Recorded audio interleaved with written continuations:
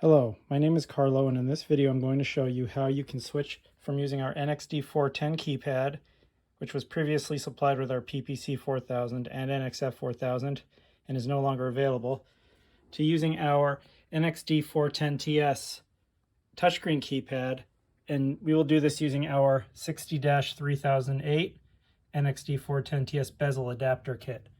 So let me show you how this is done. Here's what's included with the NXD410TS. We have the control itself, we have some mounting hardware, terminal blocks, and here's the mounting kit. It's two plates that are the same, some screws, and some double-sided tape that we're going to use for friction. I'm going to show you now how we apply the double-sided tape.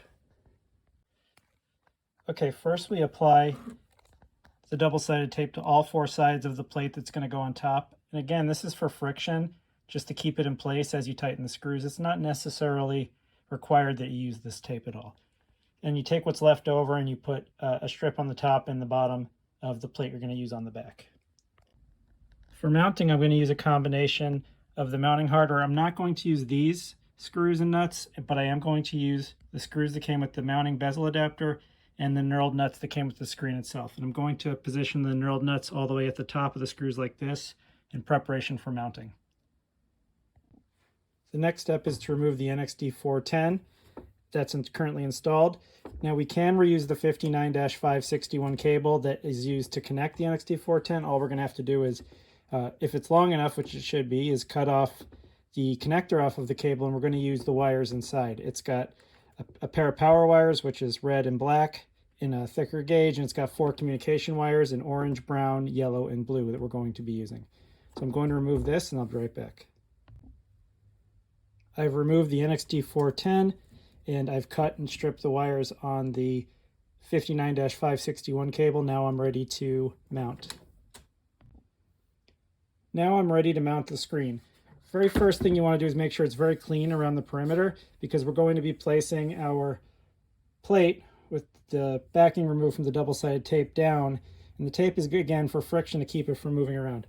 Now one thing you got to be careful of is that these holes are off center. So you do have to make sure that you see which direction is up on the screen, place it in, and make sure, see, this is off center. Make sure this is oriented correctly. Place this over, and I can see that that is the right way. So now I'm going to loosely place this down in place. Give it a little push just to hold it in place. And I can see the purpose of the tape is to keep it steady. So now I'm going to flip it over. I'm going to grab the other plate. I'll also remove the backing from the double-sided tape.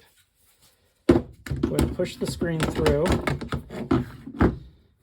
I got to make sure this is oriented correctly as well. So let me give it a test fit so that is oriented properly.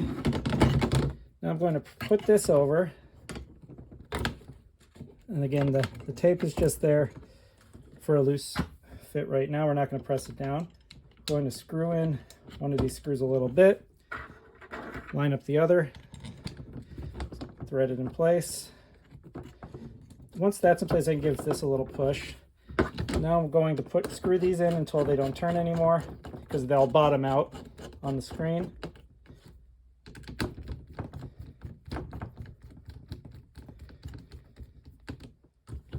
Next, all I have left to do is tighten these thumb wheels, these knurled nuts, until the screen is snug. And the other side is now snug. And once you do that, the screen will be firmly in place. Next, we have the terminals. So I'm going to press those terminal blocks into place. And they are marked on the back of the screen as well. So the first one is the power. You've got plus and minus. So plus is going to be red. This is already connected to the NXF4000 on the other end. So plus is red, minus is black. So let me hook those up. And next is going to be the communication wires, and this is the proper color code here in this video. This is also in our bulletins, so it's easy to get a hold of. It's going to go first, orange, which is TX plus on the screen. Then it's going to go brown, which is TX minus on the screen.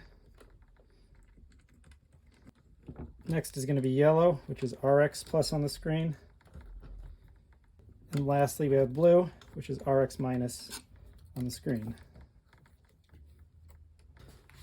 So now all the wires are hooked up, and I'm going to put this back together and show you the screen in operation. Now that it's mounted, you can see the difference and it's working. It's snug. You want to make sure that the buttons work correctly so that not only can you navigate, but you can also see the display. Now I can see that I'm moving up and down, so I know that the buttons are working correctly. If you miswired it, it's possible that you would get the lines of display correctly, but the buttons wouldn't work for you interactively. That's because it uses a 4-wire interface and the transmit and receiver on different pairs. So it is possible to miswire just the transmit or just the receive. So I hope you found this video helpful for upgrading a NXD410 screen to an NXD410TS screen. Thank you.